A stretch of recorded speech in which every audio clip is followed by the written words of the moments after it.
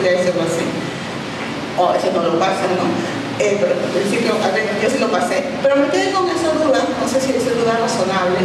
Y luego cuando tuve la posibilidad de salir al extranjero a obtener este doctorado, recuerdo que en una de las primeras conversaciones con mi director de tesis, que es el catedrático de Derecho Procesal de la Universidad de Alcalá de Henares, el doctor Faustino Corró Moreno, yo le comentaba esta duda que además tenía desde aquellas épocas, ¿no?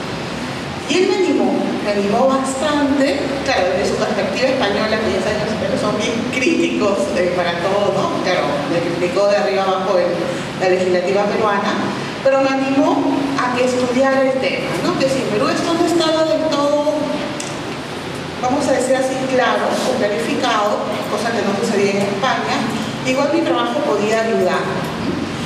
Esto que en principio podría ser satisfactorio para mí, es decir, bueno, es un tema que puede ser útil para mi país, del todo no me gustaba, ¿no? Porque, bueno, uno aspira siempre a más, ¿no? Y yo estaba en España, estaba en un país extranjero, y yo no quería ser tratada como la chica peruana que pobre es un país que tiene problemas en la legislación, pero ese es un problema que no interesa en España porque en España no lo tenemos, y pobrecitos los peruanos que sufren con esto. Lo tengo que decir y no tengo que ocultar las cosas. Entonces no me quedé del todo satisfecha con esa elección inicial del tema. Y como Dios es grande, o en todo caso la suerte existe, justo sucedió que en esos momentos se produjo una modificación en la ley orgánica española, del Poder Judicial español, que permitía incluso la denuncia de nulidades procesales, pero ya de una sentencia firme. Bien, que es una sentencia firme y determinada, lo que acá sería una sentencia de casación, podía ser objeto de nulidad. Y eso sí, o sea, en España fue como una explosión, ¿no? Una hecatombe, imaginemos que pase ahorita esto. Y claro, eso era así un tema de investigación nuevo para España, y entonces ya me pareció mucho más interesante tratar un tema que no solamente me iba a servir para Perú, sino que incluso servía para España. Entonces, les explico toda esta génesis, digamos, de mi interés, de mi dedicación a estudiar este tema, porque tal vez cuando ustedes vieron el título, Nulidades procesales, dijeron, no, pero esto es, ya lo sé, ya lo sabemos, porque dentro de la currícula, no sé llamarla clásica, pero que es la que me enseñaron a mí, y estoy segura que es la que me enseñaron a ustedes, porque es lo que se enseña en Perú. El estudio de las nulidades procesales, o sea, el estudio de las nulidades en el campo procesal siempre ha sido tomado como una copia fiel de lo que pasa con las nulidades del acto jurídico sustantivo. Entonces, resulta que este tema lo estudiamos doblemente. Por un lado, el acto jurídico, ¿no? Y estudias la nulidad del acto jurídico. Y claro, cuando uno ya lleva el curso de Derecho Procesal, que era lo que me pasaba a mí, tú ya te lo sabías, porque ya lo habías estudiado el acto jurídico. Entonces, escuchabas a la profesora de Derecho Procesal, o al profesor de Derecho Procesal, y te pareció una repetición, porque te parecía súper fácil y no había mayor problema. Pero no es así, y a esto me quiero dedicar el día de hoy. En una primera parte, o mi conferencia la quiero dividir en dos. En una primera parte, a demostrarles, que es un poco a quebrar este mito que tenemos, ¿no? Que las nulidades procesales civiles, y ya el adjetivo de civiles, digamos, será la última vez que lo digo, pero lo quiero especificar, es mi especialidad y lo que aquí digo, aunque es totalmente aplicable al proceso penal también, e incluso como el nuevo Código Procesal Penal, está enfocado esto a lo que es un proceso civil, ¿no? De hecho, es un programa de especialización en Derecho Civil y Procesal Civil. Entonces, cada vez que digo nulidades procesales, estamos hablando de nulidades procesales civiles. Entonces, les decía, una primera parte de mi conferencia irá destinada, o va destinada, con la finalidad de demostrarles a ustedes que no puede tener la misma óptica de estudio la nulidad del acto jurídico sustantivo con la nulidad del acto jurídico procesal. ¿Bien? Esa sería la primera parte. Y la segunda parte de mi exposición ya sería ver cuál es el tratamiento de las nulidades procesales civiles en el Código Procesal Civil peruano, obviamente. Bien. Entiendo que entre los dos temas hacemos un break también para no agotar, para que puedan, no sé, a veces realizar las llamadas telefónicas que puedan tener pendientes, etc. Bien,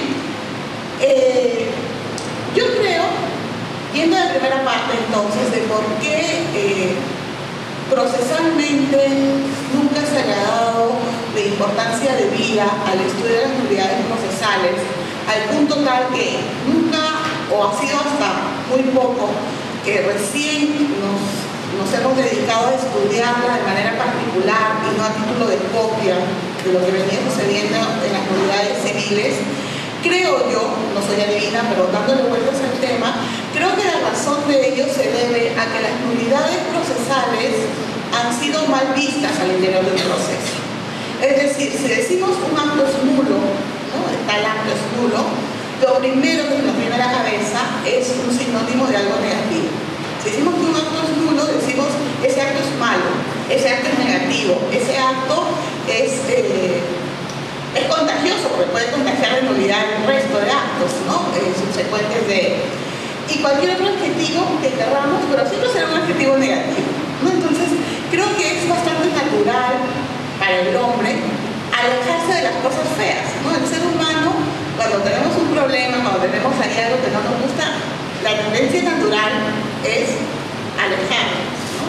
Y yo creo que ese ha sido el motivo que explica por qué los mismos procesalistas no se dedicaron a estudiar las nulidades procesales y únicamente se limitaron a copiar modelos de fuera, que eran los modelos civiles, los modelos sustantivos.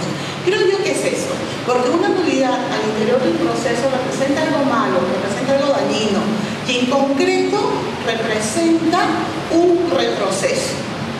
¿Cuál es el efecto natural de un acto declarado nulo? Que ese acto se tenga que volver a realizar, ¿verdad? Y si ya hemos avanzado poco o mucho dentro del camino procesal, dentro del interprocesal, el efecto puede ser siempre retroceder. Y si tenemos que retroceder al inicio, voy a expresarme coloquialmente piña, pero tenemos que retrocedernos al inicio, ¿verdad? Entonces, como les decía, creo yo, esa es la justificación fáctica o humana que ha hecho que los procesalistas no se hayan dedicado a estudiar separadamente el tema de las nulidades procesales del tema de las nulidades civiles. Sin embargo, creo que esto es un error. Bien, creo que, y a esto es a lo que me quiero referir en esa primera parte, creo que es un gran error porque, tal y como quiero demostrarles, hay grandes diferencias entre la nulidad de un acto jurídico sustantivo y un acto jurídico procesal. Bien, vamos entonces a empezar esta primera parte y vamos, en primer lugar, a darles dos pautas grandes. Por cierto, pido mil disculpas, me olvidé de las diapositivas. Al igual que ustedes ayer, que han salido 11 de la noche, yo salía de las 11:15, ¿no? De unas clases de maestría en Piura. Y la verdad es que el viajar en el bus de las 5:30 de hoy ha hecho que me levanté a las 3 de la mañana y entre media dormida, o sea, realmente es un error imperdonable de mi parte, pero me olvidé del puertito de la UCB, ¿no? Entonces, ya siento, ustedes no cuenten con un soporte visual o gráfico de las cosas que voy a decir, pero trataré de ir lo más despacio posible para que les dé tiempo de armar un esquema, como yo le digo a mis alumnos, un esquema mental por lo pronto, ¿no? Entonces, quiero partir de dos grandes pautas, ¿no? Que ustedes van a conocer o reconocer fácilmente. Al día de hoy, o hasta el día de hoy, es bastante frecuente entender a las nulidades procesales desde una óptica del derecho privado. Creo que cuando me han estado escuchando, creo que muchos de ustedes habrán también retrocedido en el tiempo y habrán tratado de recordar cómo es que a ustedes se les enseñó el tema de las nulidades procesales. Y yo creo que a todos les pasó lo mismo que a mí. Nos lo enseñaron igualito que en la del acto jurídico sustantivo, ¿no? Y ese influjo privatista o jus privatista del tema de las nulidades procesales nos obliga a tener, les decía, un punto de partida doble. Por un lado, la primera pauta que nos obliga es que si nosotros creemos esto, que las nulidades sustantivas son iguales que las nulidades procesales, entonces la nulidad procesal debe ser vista, y esa es la primera pauta, como un modo de